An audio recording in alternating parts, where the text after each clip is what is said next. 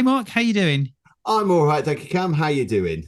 Yeah, very good. We are pre-recording this, aren't we? Because when this comes out, um, me, you, and I, and a number of other people, we're going to be knee deep in photography, aren't we? Yes, We are. we are. Yes, We we got are. 3 weeks of absolute mayhem. So, but Yeah. we're looking forward to it. It's going to be good.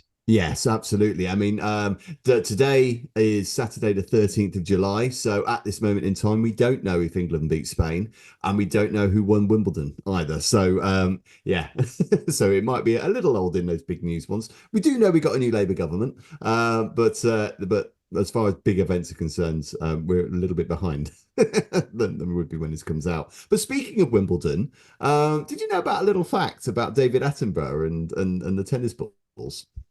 No, but tell me. Yeah, it's just an interesting one. I mean, it's not really a massive story I that know we're going about to go this. into depth, but when because obviously TVs used to be black and white, right? And Hmm. they used to use, I think it was white tennis balls, I seem to That's think. right. Yeah, yeah.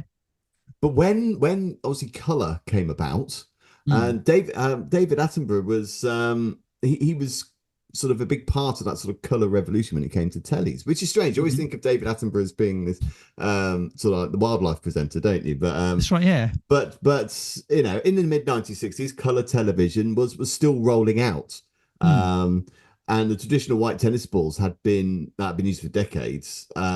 Wasn't very good for color telly, and Oh. so Attenborough pretty much put about changing the color of tennis balls, and they chose like that fluorescent yellow, what we got now. Yeah. Like, I mean, obviously it's improved since Yeah, of the mid course. Yeah, 60s, that's of right. course, with color pigments, whatever. But that is why tennis balls are that color, because I mean David Attenborough was working for BBC Television at the time, um, and he wanted his station BBC Two to be the first channel in Europe to broadcast color television, and honed in on Wimbledon as the perfect program to show in color. So Mm, That's really so interesting. Do yeah, you know what? Yeah, do you know what?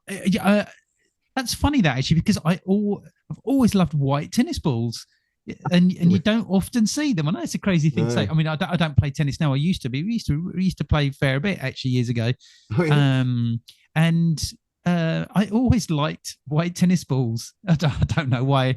Don't know why. Anyway, interesting. I yeah, like that. That's a interesting, yeah, useful factor to start it off, isn't it? Okay. yeah. So Mark, what do we got? We're kicking off Well, there's a um, with couple of stories we with got, Nikon, isn't aren't there? we? Well, Hmm. we're going to speak about Nikon. There's been an announcement about the Z6 Mark III that we're going to have a chat about, and we Yeah. thought it might be quite appropriate because I know we did a pre-recorded episode last week. It is a busy time for us, and we spoke about Nikon winning the Red Hmm. Dot Awards. So I think this is a nice link. But yeah, we're also going to talk about sort of is the sort of size of pixels in a camera. Is 24 megapixels enough? Uh, Um, and yeah.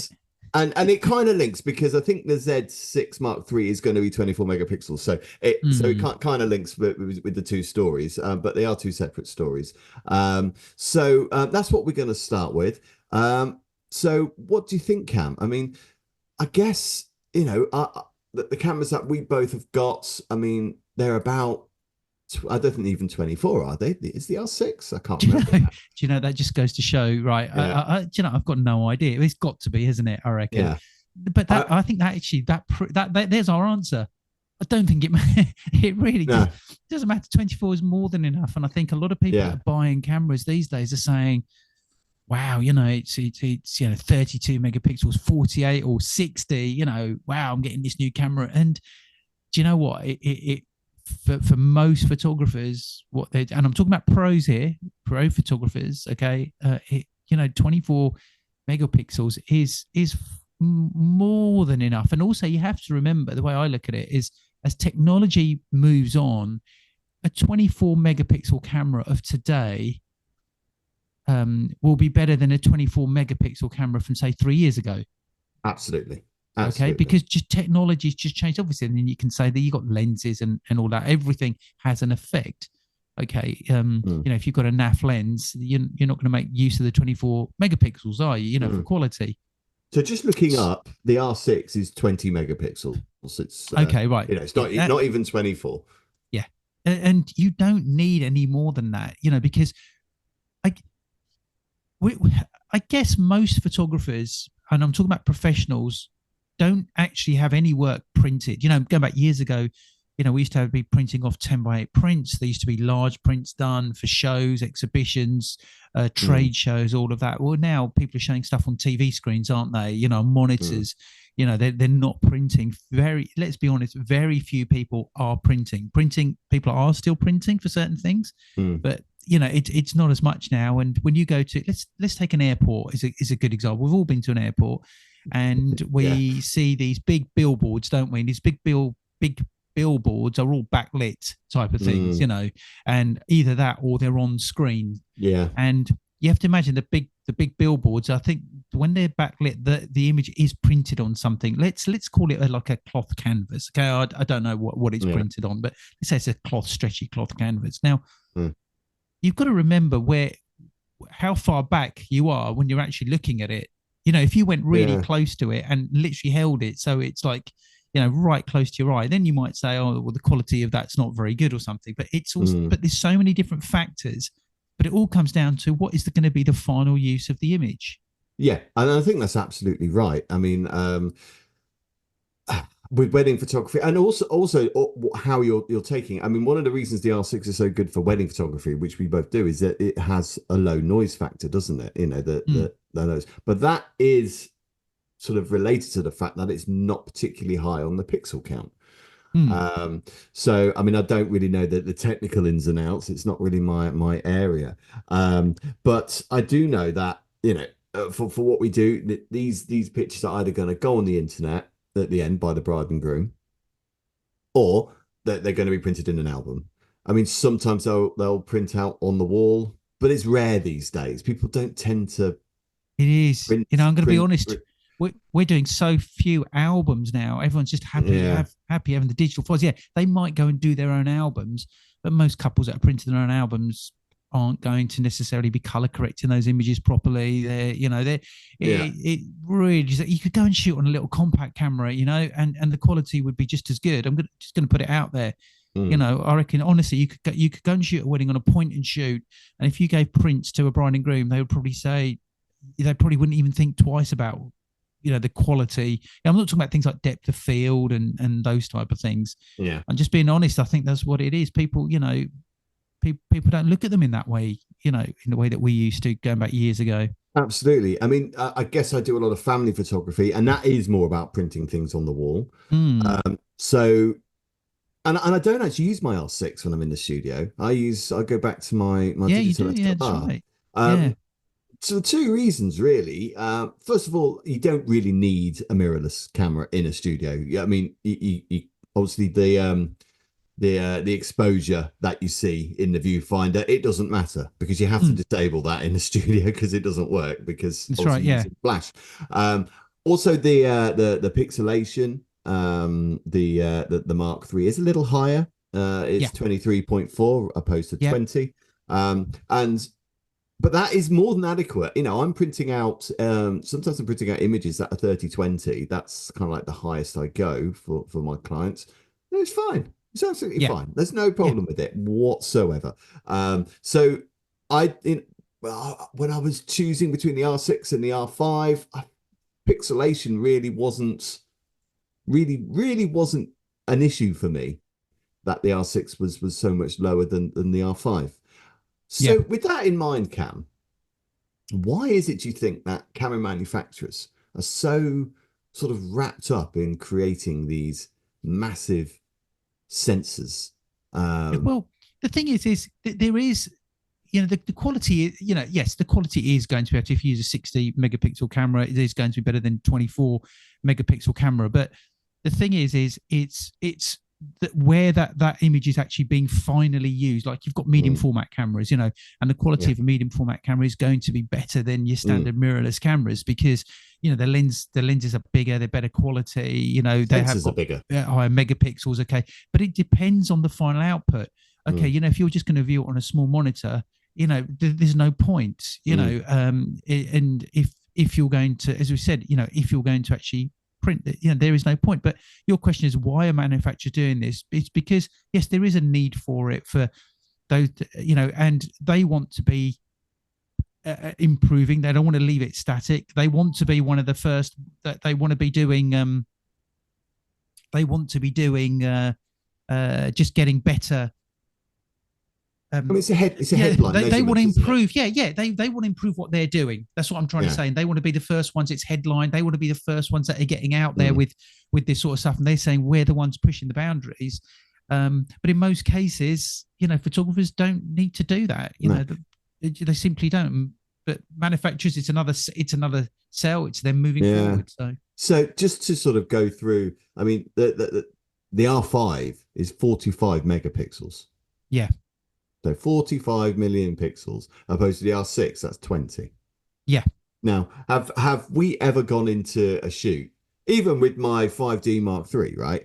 I've never really gone to a shoot, taken the pictures, gone through the images and gone, oh, I wish I had another 20 million pixels. Do you know what I mean? Yeah. It's never really been an issue for me. No. I mean, I guess if I had an R5 and I saw the quality, maybe I'd be, but I don't know. It's not an issue. And I think this is where we can overthink it. I think this is where we can be taken in by marketing. And you see the latest camera come out thinking, oh, I need to buy that because I'm going to fall behind, and it's 32 megapixels. I think we can just get taken in by it. I think if the quality of your work is something that your clients are happy with, and yourself whether you need to upgrade if it's not quite right or something. I think you just know. I just think a lot of people just upgrade for the sake of upgrading,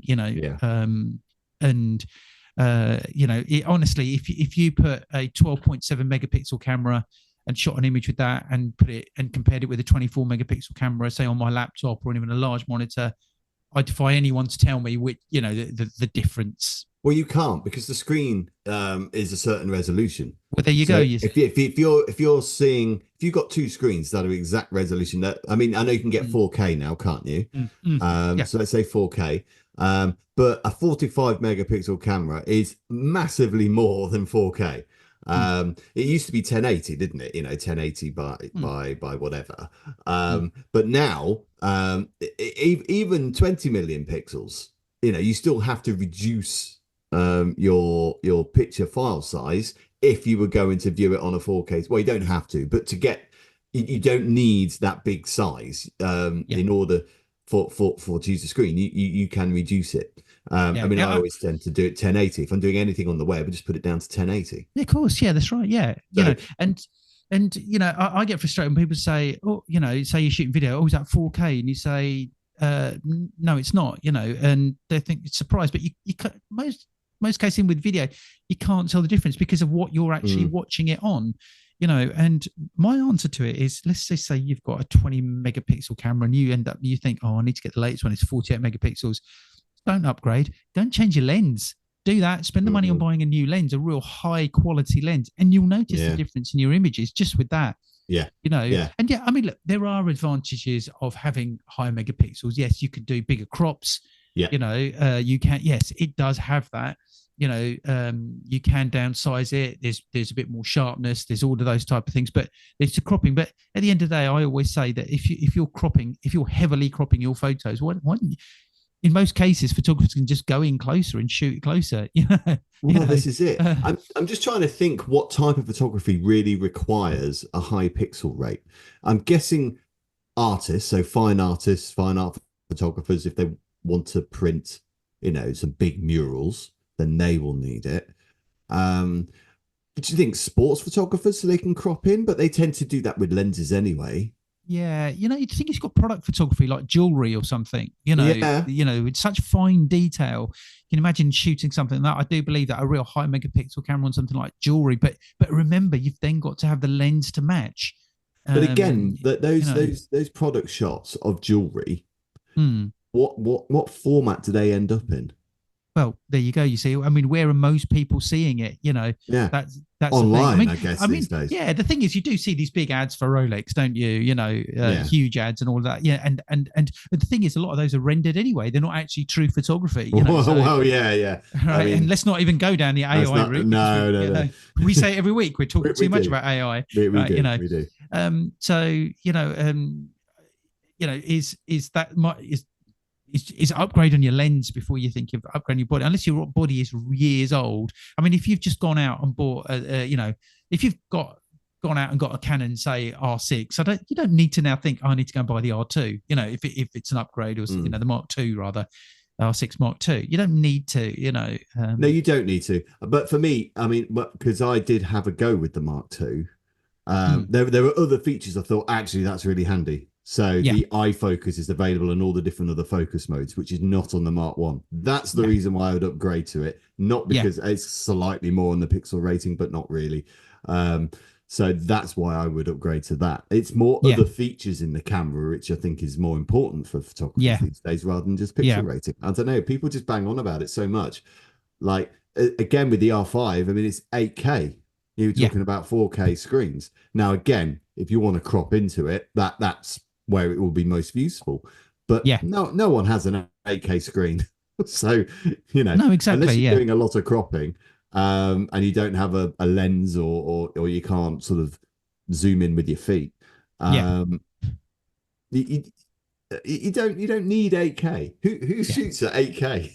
yeah. That's right. Yeah, yeah. I That's don't right. know. Yeah. Maybe I'm completely wrong. Maybe there's some Well, yeah. I pro mean, out there basically going, what you're talking about? I shoot 8K all the time, blah blah blah. But for me, it's just we're talking about the vast majority of photographers here. You're yeah, going to get your specialists to do it for a reason, and they probably need to as well. yeah. But we're talking about the vast majority of people. So, but something interesting, because it is something that a lot of people talk about, and I think we should have a bit more. And I actually just want to finish on one note there. Actually, Yeah, bear sure. in mind that if you up your camera, okay, 24 megapixels, and you go to 48, or you're on 12.7, you go up to 24. You've got to remember, okay, it's going to take up more space on your memory card. Yeah. You may well then need to upgrade your computer. A lot of people think, God, it's so slow. Oh, I don't know what's going on. There's something wrong with my computer. No, it's just that your computer now can't handle it.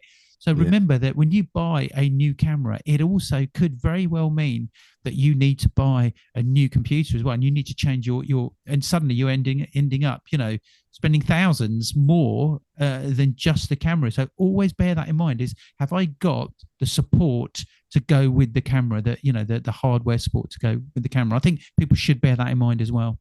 Absolutely. I mean, there's so many other things with that as well, I guess. I mean, I know when I upgraded to the R6, the raw files were different.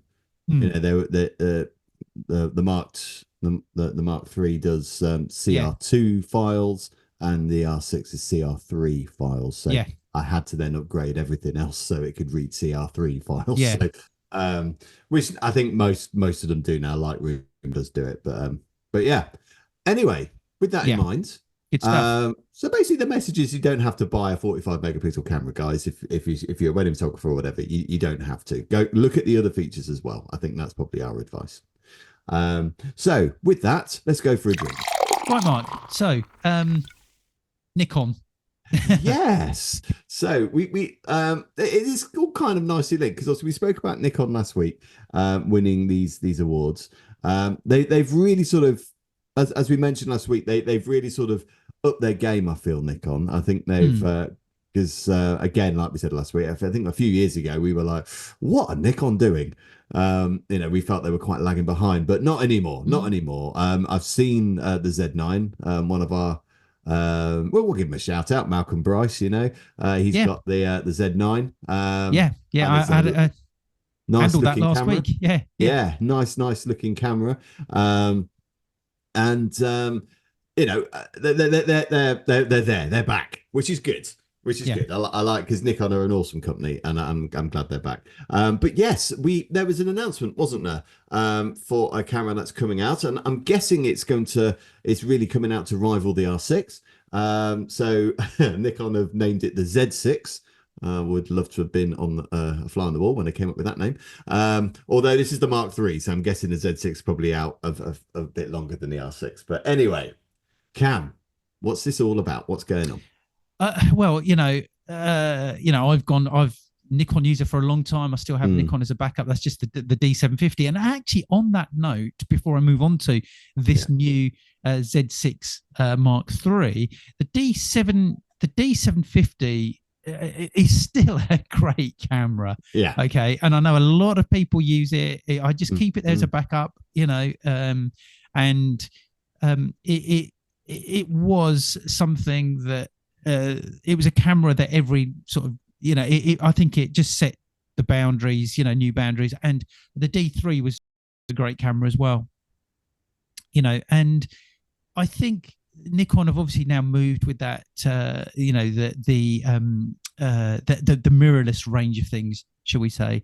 But they need something that's hopefully we'll look back in time and say it had the impact of the D750. I think the D750 had a huge impact for a lot of photographers, and I think that the Z6 range, I don't know if it will be as renowned when we look back in time. Could well be looked to.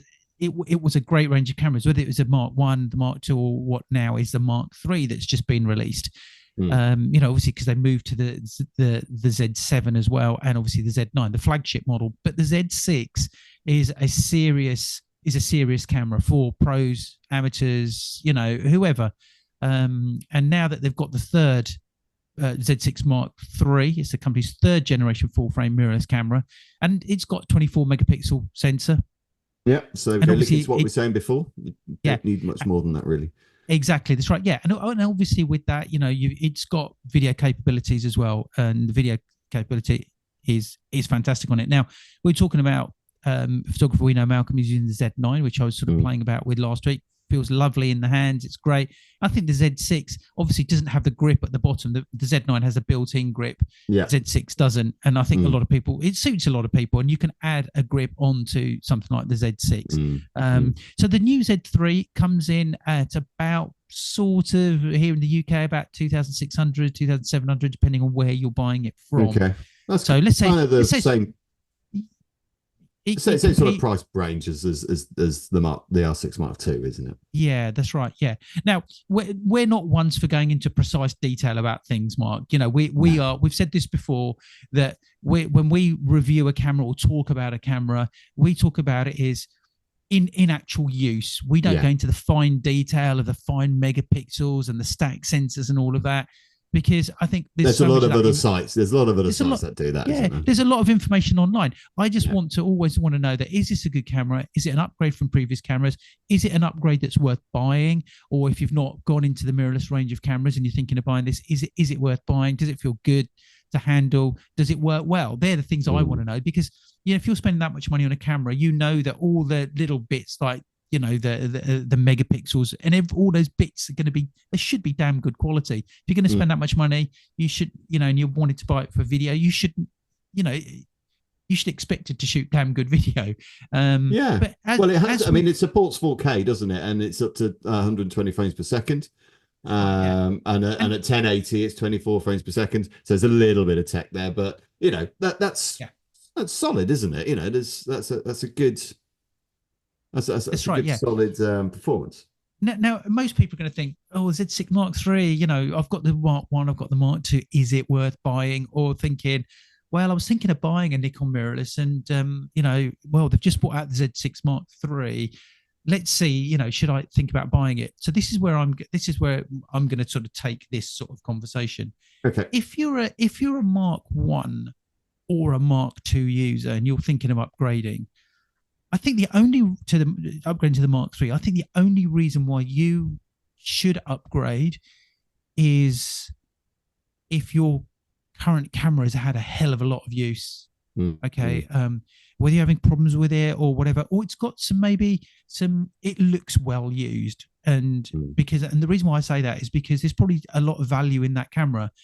So you could upgrade for the reason of part exchanging it. You could part exchange because you think, actually, there's some value in this camera, works fine, but it's starting to pick up some scuff marks and that type of thing. But unless your camera is a really well used camera, and I wouldn't consider upgrading. If it still does the job, then stick with it.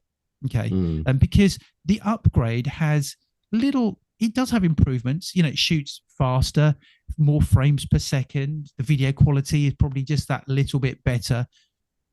But you're not talking about real groundbreaking upgrades that you see, that when you shoot a picture and you look at it straight away, you think, wow, I can tell the difference from the Z1 to the Z3. Yes, it might shoot a little bit quicker or something like that.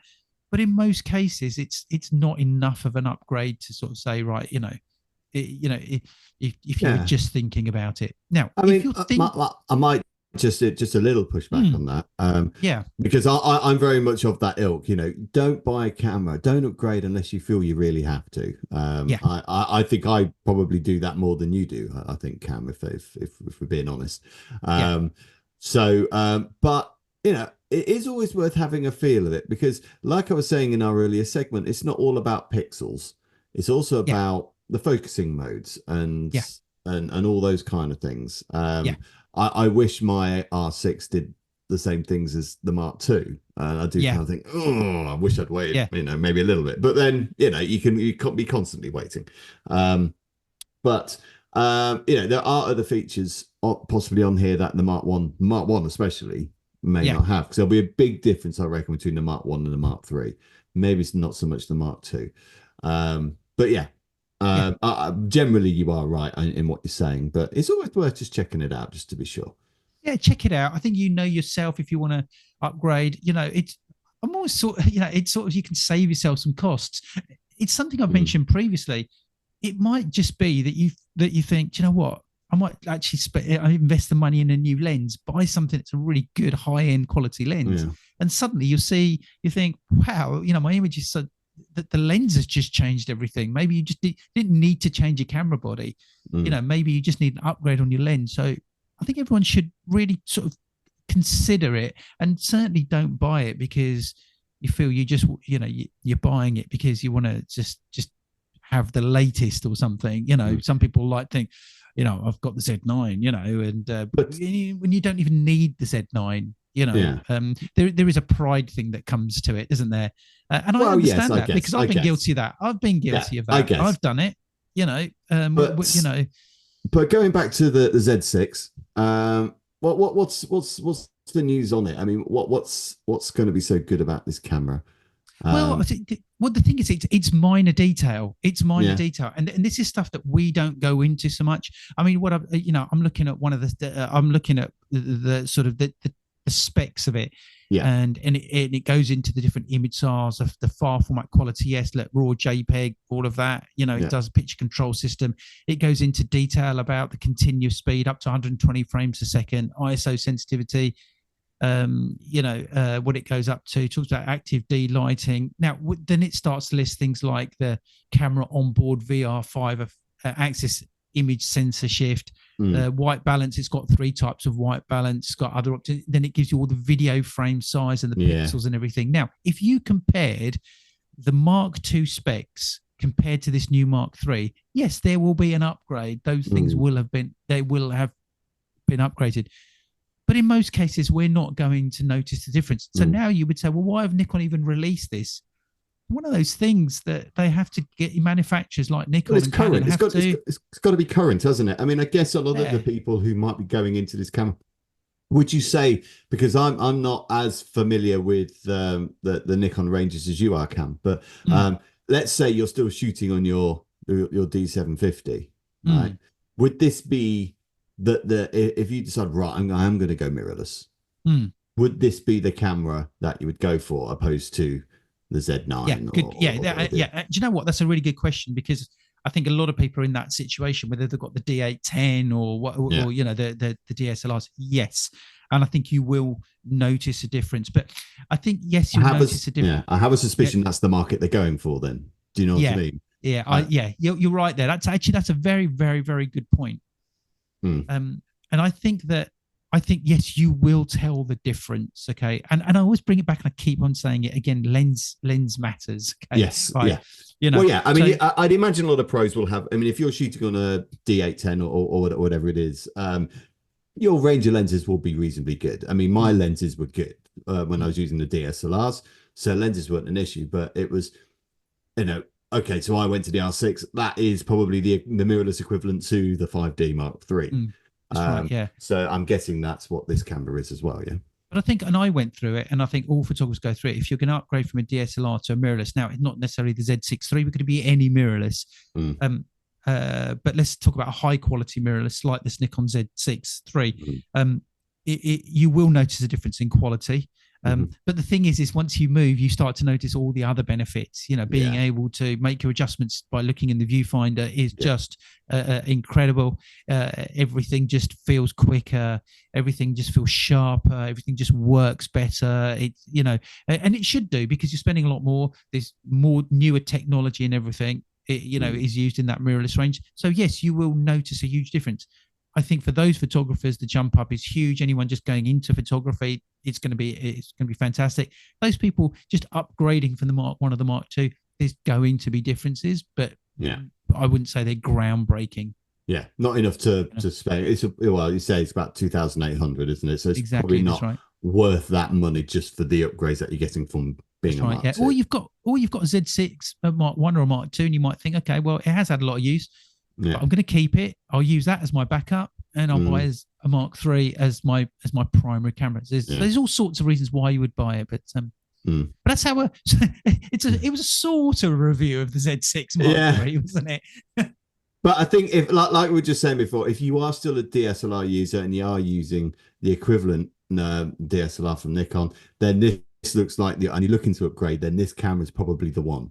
Definitely. Are the lens? I'm not entirely sure about the lens mounts. Are they different? I'm not sure. I'm not sure. Yeah, I mean, if you've got DSLR lenses, then you need to use the adapter. There'll be an adapter, just like there's an adapter for the mirrorless ones. But you know, my advice is that, and it all comes down to budget and everything. Is if you can somehow try and do a deal, maybe trade in your own old DSLR lenses and try and invest or start to change your lenses gradually over to the Z range of lenses, because one, you don't have to use the adapter, does make it a bit smaller, does make it a bit more lightweight. And Mark, as we both know, those dedicated Z lenses, or the Canon dedicated lenses, if it's the same, just that little bit better. If it's the same difference between those two lenses, then yes, they are better. There is absolutely no doubt about it.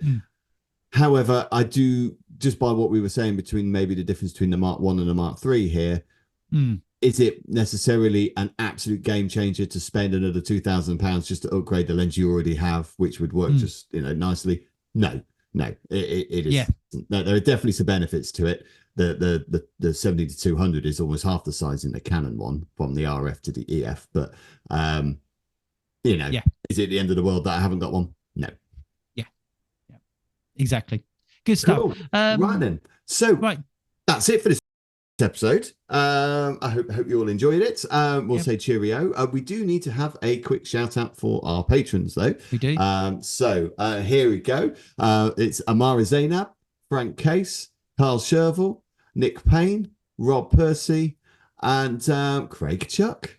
I think that's everyone, isn't it, Cam? Have I missed anybody? It is. It is. That is everybody. Yes. Excellent. Thank you ever so much for your support. Really appreciate it. And if you haven't already gone to our Patreon page, then please do. It's £2.50 a month, right, guys? So if you want to spread that over, weeks, I mean, it's not even a cup of tea these days. Do you know what I mean? No. That's craziness. And it really does help us. It really supports us. You do get a shout out on the episodes, and you also get early releases as well. So it is well worth that £2.50 a month. So please do go and check us out. And we always love your support. So yeah, please do check it out. Thanks, guys. Cheers. Bye for now.